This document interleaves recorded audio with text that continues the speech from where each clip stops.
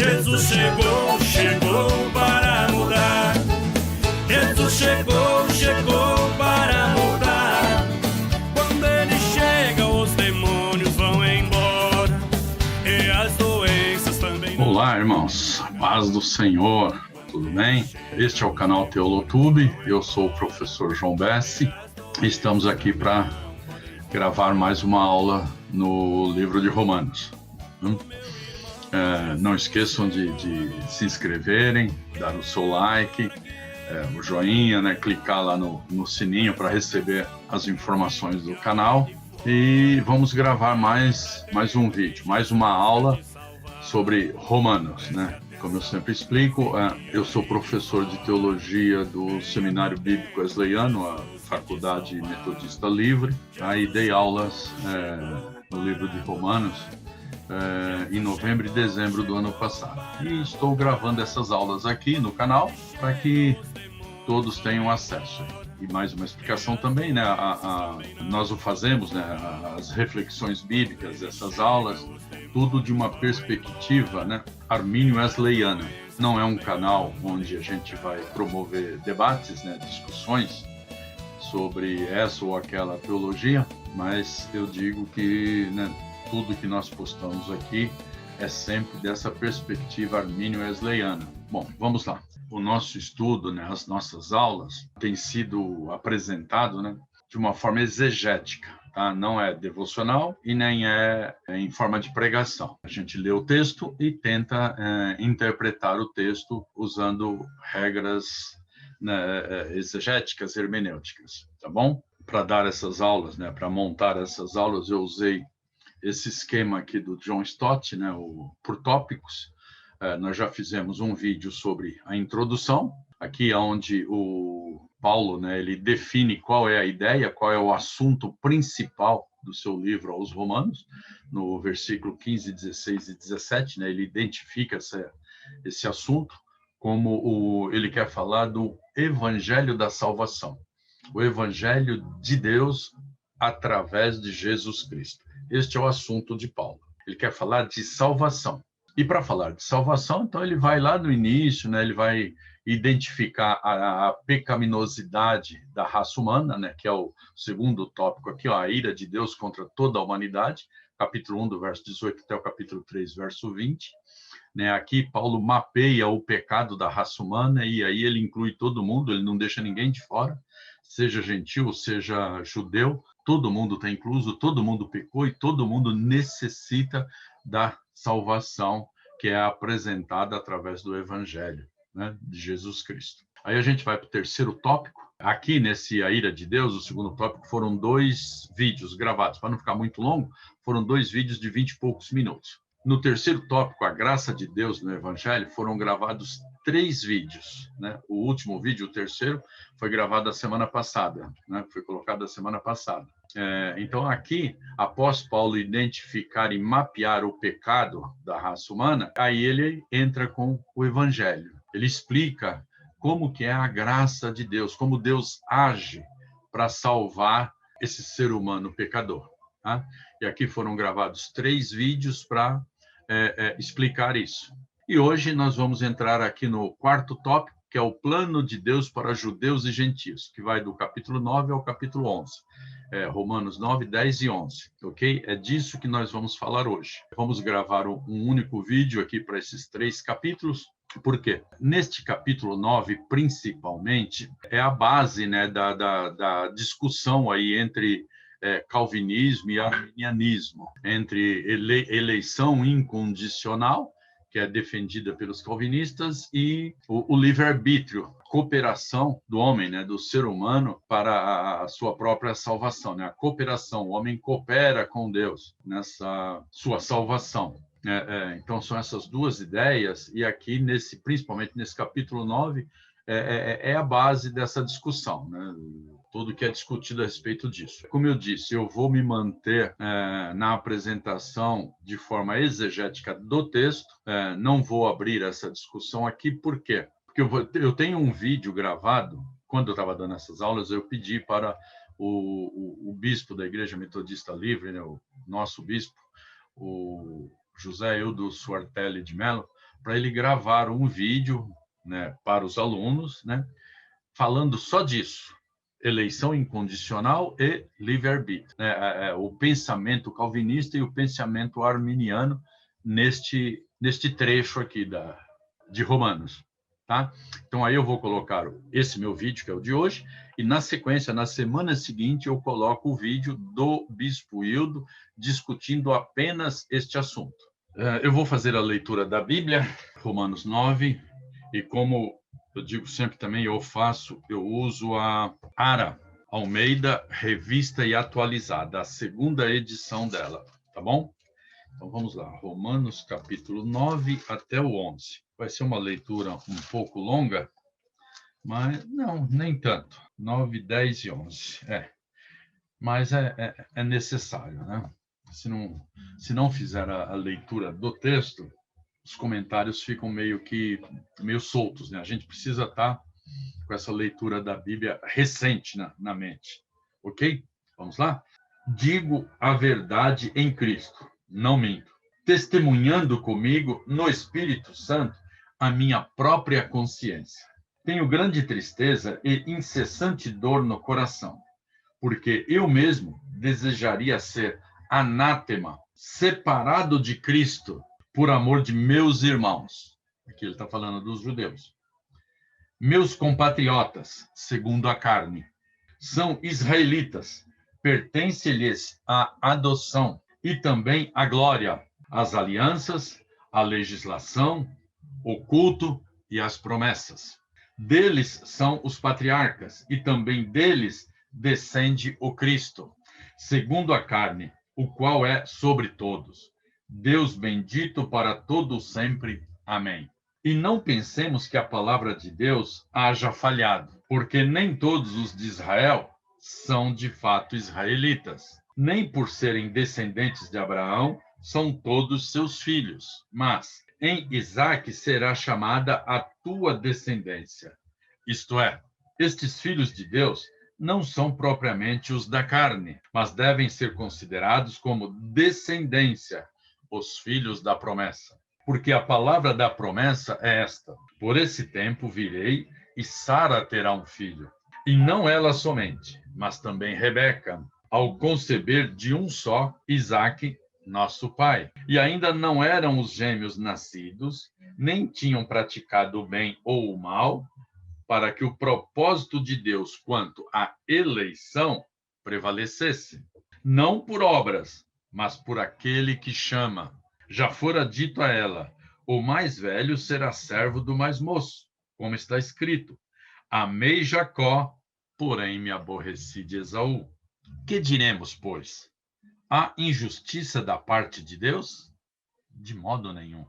Pois ele diz a Moisés: terei misericórdia de quem me aprouver ter misericórdia e compadecer-me-ei de quem me aprouver ter compaixão. Assim, pois, não depende de quem quer ou de quem corre, mas de usar Deus a sua misericórdia. Porque a Escritura diz a Faraó: para isto mesmo te levantei, para mostrar em ti o meu poder e para que o meu nome seja anunciado por toda a terra. Logo, tem ele misericórdia de quem quer e também endurece a quem lhe apraz.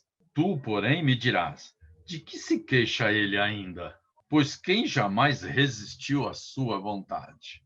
Quem és tu, ó homem, para discutires com Deus? Porventura, pode o objeto perguntar a quem o fez: por que me fizeste assim? Ou não tem o oleiro direito sobre a massa, para do mesmo barro fazer um vaso para a honra e outro para a desonra? Que diremos, pois, se Deus, querendo mostrar a sua ira e dar a conhecer o seu poder, suportou com muita longanimidade os vasos de ira preparados para a perdição, a fim de que também desse a conhecer as riquezas da sua glória em vasos de misericórdia, que para a glória preparou de antemão, os quais somos nós, a quem também chamou, não só dentre os judeus, mas também dentre os gentios. Assim como também dizem Oséias: chamarei povo meu ao que não era meu povo, e amada a que não era amada. E no lugar em que lhes disse: vós não sois meu povo, ali mesmo serão chamados filhos do Deus vivo. Mas, relativamente a Israel, dele clama Isaías: ainda que o número dos filhos de Israel seja como a areia do mar, o remanescente é que será salvo. Porque o Senhor cumprirá a sua palavra sobre a terra, cabalmente e em breve. Como Isaías já disse, se o Senhor dos Exércitos não nos tivesse deixado descendência, ter-nos-íamos tornado como Sodoma e semelhante a Gomorra. Que diremos, pois, que os gentios, que não buscavam justificação, vieram a alcançá-la? Todavia, a que decorre da fé. E Israel, que buscava a lei de justiça, não chegou a atingir essa lei. Por quê? Porque não decorreu da fé. E sim como que das obras, tropeçaram na pedra de tropeço. Como está escrito: eis que ponho em Sião uma pedra de tropeço e rocha de escândalo, e aquele que nela crê não será confundido. Irmãos, a boa vontade do meu coração e a minha súplica a Deus a favor deles são para que sejam salvos, porque lhes dou testemunho de que eles têm zelo por Deus, porém não com entendimento. Porquanto, desconhecendo a justiça de Deus e procurando estabelecer a sua própria, não se sujeitaram à que vem de Deus. Porque o fim da lei é Cristo, para a justiça de todo aquele que crê. Ora, Moisés escreveu que o homem que praticar a justiça decorrente da lei viverá por ela. Mas a justiça decorrente da fé, assim diz: não perguntes em teu coração quem subirá ao céu, isto é, para trazer do alto a Cristo, ou quem descerá ao abismo, isto é, para levantar Cristo dentre os mortos. Porém, que se diz? A palavra está perto de ti, na tua boca e no teu coração, isto é, a palavra da fé que pregamos. Se com a tua boca confessares Jesus como Senhor e em teu coração creres que Deus o ressuscitou dentre os mortos, serás salvo. Porque com o coração se crê para a justiça e com a boca se confessa a respeito da salvação. Porquanto a Escritura diz: todo aquele que nele crê não será confundido, pois não há distinção entre judeu e grego. O grego aqui é gentil, tá? Uma vez que o mesmo é o Senhor de todos, rico para com todos os que o invocam. Porque todo aquele que invocar o nome do Senhor será salvo. Como, porém, invocarão aquele em quem não creram? E como crerão naquele de quem nada ouviram? E como ouvirão, se não há quem pregue? E como pregarão, se não forem enviados? Como está escrito: quão formosos são os pés dos que anunciam coisas boas. Mas nem todos obedeceram ao evangelho, pois Isaías diz: Senhor, quem acreditou na nossa pregação? E assim a fé vem pela pregação, e a pregação pela palavra de Cristo. Mas pergunto, porventura, não ouviram? Sim, por certo.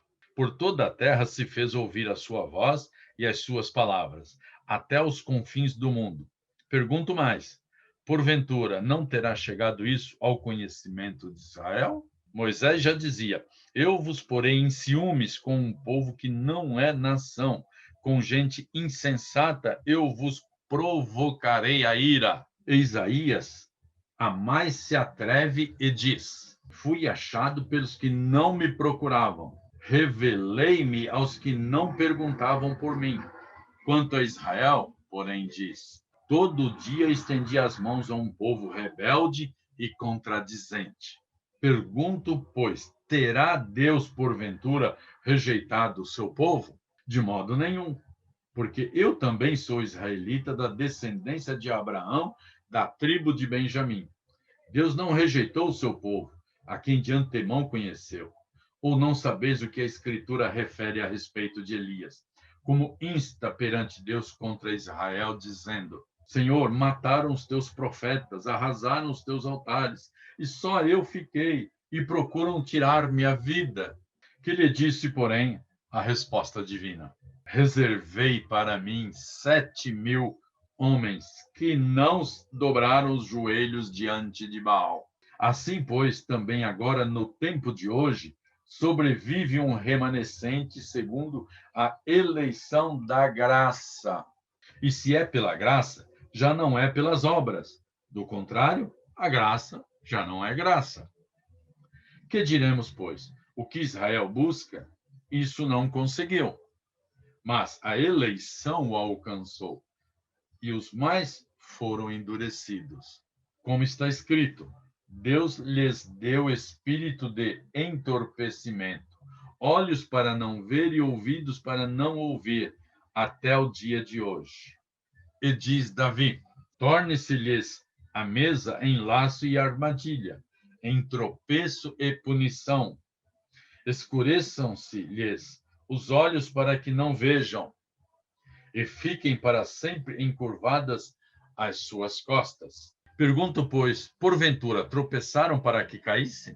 De modo nenhum, mas pela sua transgressão veio a salvação aos gentios, para pô-los em ciúme. Ora, se a transgressão deles redundou em riqueza para o mundo, e o seu abatimento em riqueza para os gentios, quanto mais a sua plenitude. Dirijo-me a vós outros que sois gentios, visto, pois, que eu sou apóstolo dos gentios, glorifico o meu ministério, para ver se de algum modo posso incitar à emulação os do meu povo e salvar alguns deles. Porque se o fato de terem sido eles rejeitados trouxe reconciliação ao mundo, que será o seu restabelecimento, se não vida dentre os mortos? E, se forem santas as primícias da massa, igualmente o será a sua totalidade. Se for santa a raiz, também os ramos o serão. Se, porém, alguns dos ramos foram quebrados, e tu, sendo oliveira brava, foste enxertado em meio deles e te tornaste participante da raiz e da seiva da oliveira, não te glories contra os ramos. Porém, se te gloriares, sabe que não és tu que sustentas a raiz, mas a raiz a ti. Dirás, pois, alguns ramos foram quebrados, para que eu fosse enxertado. Bem, pela sua incredulidade foram quebrados. Porém, mediante a fé está firme. Não te ensoberbeças, mas teme. Porque se Deus não poupou os ramos naturais, também não te poupará. Considerai, pois, a bondade e a severidade de Deus para com os que caíram.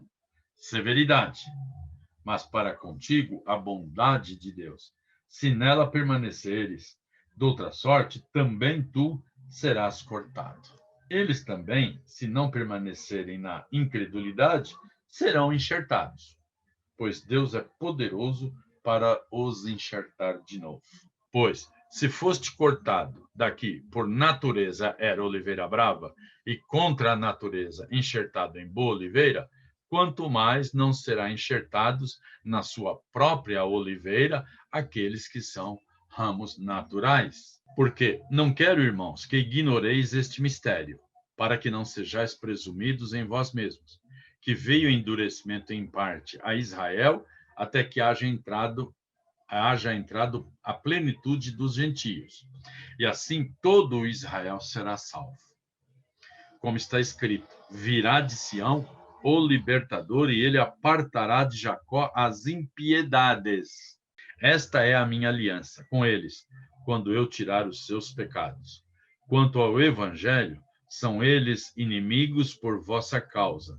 Quanto, porém, à eleição, amados por causa dos patriarcas, porque os dons e a vocação de Deus são irrevogáveis.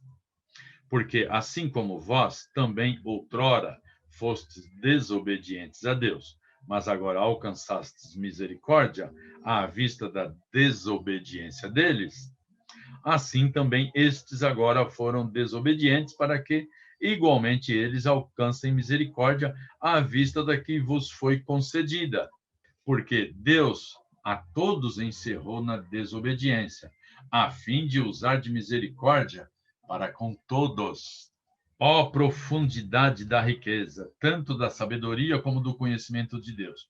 Quão insondáveis são os seus juízos e quão inescrutáveis os seus caminhos.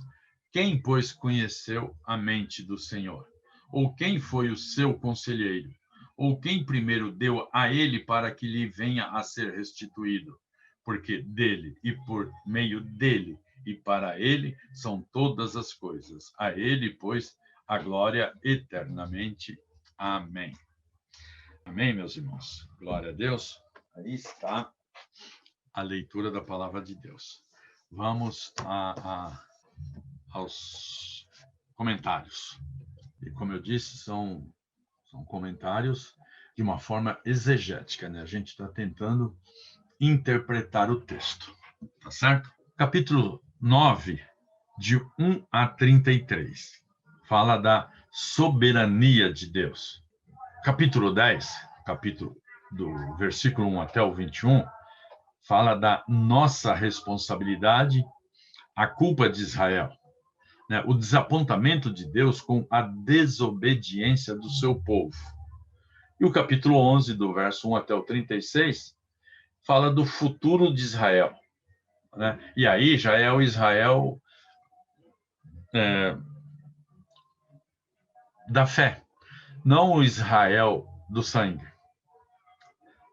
o Israel de Deus, tá? Fala de o futuro de Israel, o desígnio eterno de Deus, tá? Então, para falar desses 3 capítulos, né, deste assunto, né, o plano de Deus para judeus e gentios, nós vamos trabalhar no capítulo 9, 10 e 11 de Romanos, e nesses 3 tópicos, né, a soberania de Deus no capítulo 9, a nossa responsabilidade, né, a culpa de Israel no capítulo 10, e o futuro do Israel da fé, capítulo 11. Vamos lá. Muitos intérpretes sentem-se perplexos diante dessa seção de Romanos. Intérpretes antissemitas argumentam que Deus cortou relações com os judeus, capítulo 9, do verso 1 até o 29.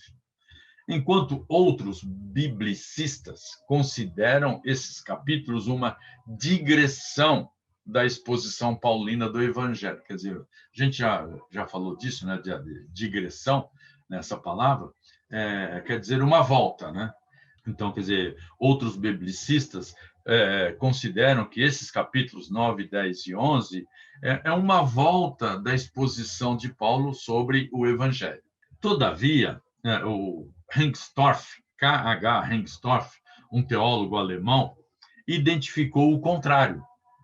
Em 1949, durante os anos de seus sofrimentos, a igreja confessante aprendeu que em Romanos 9, 10 e 11 estava a chave para a compreensão do Novo Testamento. Isso parte da compreensão de que esses capítulos ajudam a responder questões difíceis sobre como Jesus podia ser o Messias judaico e ainda sofrer rejeição pela maioria de Israel. Será que a glória do Messias davídico não deveria suplantar a glória do próprio Davi? Além disso, a expectativa judaica era de que, quando o Messias viesse, Israel seria libertado da opressão gentílica e teria primazia sobre as nações. Visto que essas coisas não aconteceram como era esperado pelos israelitas, muitas pessoas presumiram que Jesus não era o Messias prometido. Ou então, que Deus tinha desfeito suas promessas a Israel. Além do mais, se realmente Jesus era o Messias e mesmo assim Deus não libertou Israel, como alguém poderia confiar que ele manteria suas promessas no Evangelho?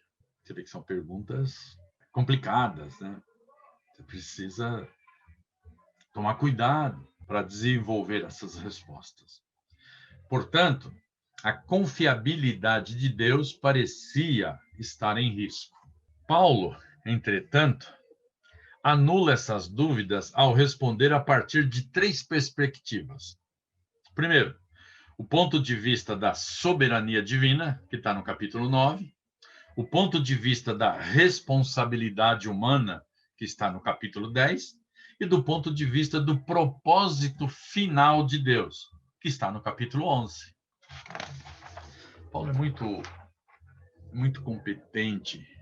Paulo, como todos os outros escritores, né, da Bíblia, foram dirigidos por Deus, foram inspirados por Deus. Então, as respostas de todos eles, e principalmente de Paulo, né, que é o nosso assunto aqui, elas vão, né, no ponto certo. Tá? Então vamos lá. A soberania de Deus, capítulo 9, do verso 1 até o 33. A tristeza de Paulo por Israel, capítulo 9, do verso 1 até o 5. Né, uma declaração muito expressiva de seus sentimentos por Israel. Estaria disposto, Paulo diz, né, nós acabamos de ler, estaria disposto a perder a própria alma se o resultado pudesse ser a salvação desse povo. É muito significativo isso, né?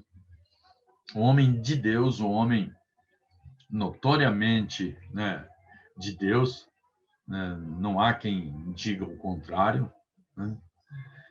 Ele declara que se ele pudesse salvar o seu povo, ele pudesse mudar a opinião do seu povo, mesmo que com isso ele perdesse a sua alma, isso ele faria. Quer dizer, muito forte essa declaração. Depois de tudo que sofrera nas mãos de seus compatriotas judeus, Paulo não se sente irado nem acalenta ressentimentos, somente profunda tristeza. O desenvolvimento do conceito está no capítulo 9, do verso 6 até o 33. Será que a palavra de Deus falhou? Verso 6, a primeira parte do verso.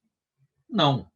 Deus cumpriu sua promessa, só que ela foi dada não a Israel como um todo, mas sim ao verdadeiro Israel espiritual, a parte B do verso 6. Àqueles que ele chamou segundo o seu próprio propósito, quer dizer, segundo o propósito de Deus, conforme a eleição, capítulo 9, do verso 11 até o 12.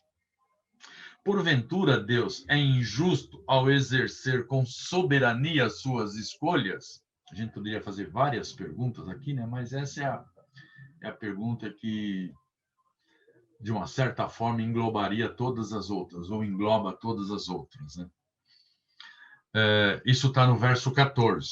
Né? Deus é injusto ao exercer a sua soberania, ao exercer com soberania as suas escolhas? Verso 14. De modo nenhum, ele responde. A Moisés, ele ressaltou sua misericórdia. Verso 15. E a Faraó, seu poder de julgá-lo. Verso 17.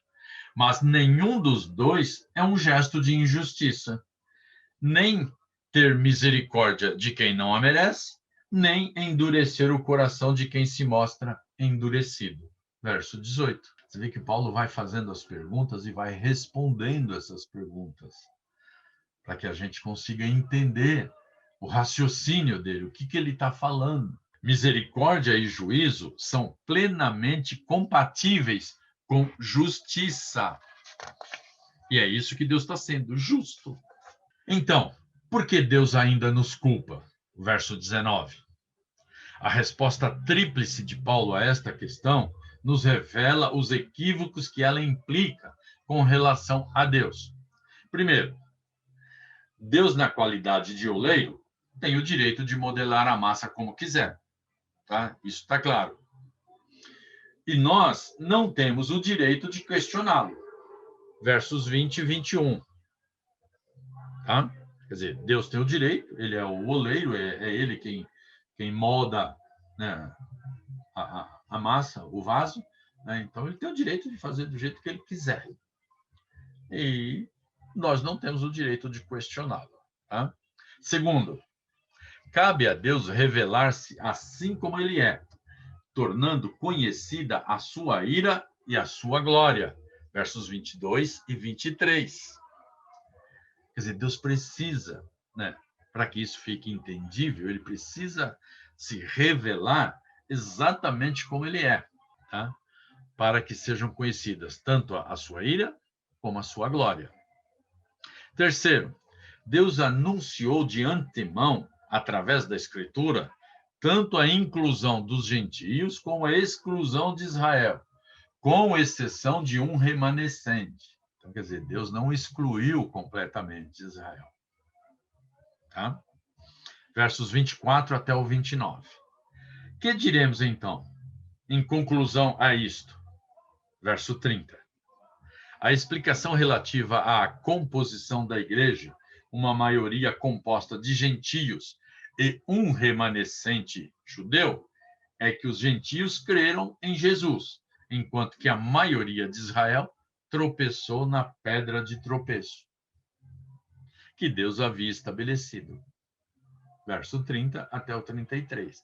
E essa pedra de tropeço é a pedra angular da igreja, que é Jesus Cristo. Assim, a aceitação dos gentios é atribuída à soberana misericórdia de Deus, enquanto que a rejeição de Israel deve-se à sua própria rebeldia. Capítulo 10, verso 1 até o 21. Paulo demonstra que a justiça é sempre um dom gracioso de Deus, soberanamente conferido aos que têm fé. Romanos 9. Agora, ele argumenta que Deus não rejeitara o povo de sua aliança. O povo é que o fizera. Paulo cuida de maneira passional de sua própria raça ao admitir seu zelo religioso. Capítulo 10, verso 1 e 2. No entanto, conhece bem os problemas deles. Eles desconheceram a justiça de Deus e tentaram estabelecer sua própria justiça. Muito embora os dois sejam totalmente diferentes em sua natureza. Verso de 3 a 11. Seja judeu ou gentio, só podem ser salvos pela fé. Versos 12 a 13. Agora, no entanto, percebemos outra objeção. Como podem os judeus crer não tendo ouvido essa maravilhosa mensagem? Versos 14 e 15. Todavia, declara Paulo, as boas novas foram pregadas, mas Israel simplesmente não creu. O ouvir, que no entendimento bíblico implica numa resposta adequada, exige, em primeiro lugar, uma mensagem, para, em seguida, exigir o entendimento e a aceitação por parte de quem a resposta é transmitida. Até mesmo na época do Antigo Testamento, Israel não compreendeu e se recusou a aceitar os clamores de Deus através de Moisés e dos profetas. Versos 15b, a segunda parte, até o verso 21. A mensagem da salvação pela fé ecoou através da história, mas foi ignorada. O propósito final de Deus, Romanos 11, de 1 a 36. Romanos 11 passa da época de Paulo para uma época futura, em que Israel, como nação, se converterá a Jesus, o Messias, nessa ocasião. Desculpe, eu vou reler aqui. Romanos 11 passa da época de Paulo para uma época futura, em que Israel, como nação, se converterá a Jesus, o Messias. Nessa ocasião, Israel, como nação, se tornará pela primeira vez o Israel espiritual, o Israel da fé. Paulo fornece, portanto, 3 motivos pelos quais Deus ainda tem uma obra a realizar no Israel étnico. Primeiro, a rejeição de Cristo por Israel é apenas parcial. 11, de 1 a 10. Nem todo Israel rejeitou Cristo. Há um remanescente em Israel que aceitou a Cristo. Segundo, a rejeição por Israel de Jesus como Messias cumpre, na verdade, um propósito misericordioso. Ela abriu espaço para a conversão dos gentios no presente. Capítulo 11, versos de 11 a 24. Terceiro, a rejeição do Messias por Israel é apenas temporária. virá o dia em que o Israel étnico, Israel de sangue, né, aceitará a Cristo, capítulo 11, verso 25 até o 32. Ao pensar em tudo isso, Paulo irrompe em louvor à sabedoria de Deus, capítulo 11, do verso 33 até o 36. Como é bom saber que Deus é confiável. Aleluia! Glória a Deus! Oh, irmãos, que bom, que legal, rapaz, esse estudo no livro de Romanos. Paulo é um cara muito inteligente, é um cara dirigido por Deus, inspirado por Deus, e esse livro de Romanos é incrível, maravilhoso. Tá? Obrigado, até o próximo vídeo. Fiquem com Deus, se inscrevam lá no canal, o canal é Teolotube. Eu sou o professor João Bessi, deem lá o seu like, o seu joinha, cliquem no sininho e até a próxima.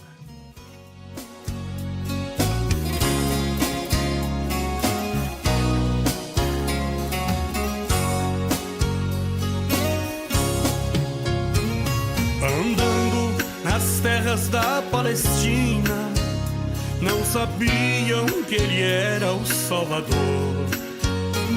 Somente para quem era revelado, que a ele recebia com amor.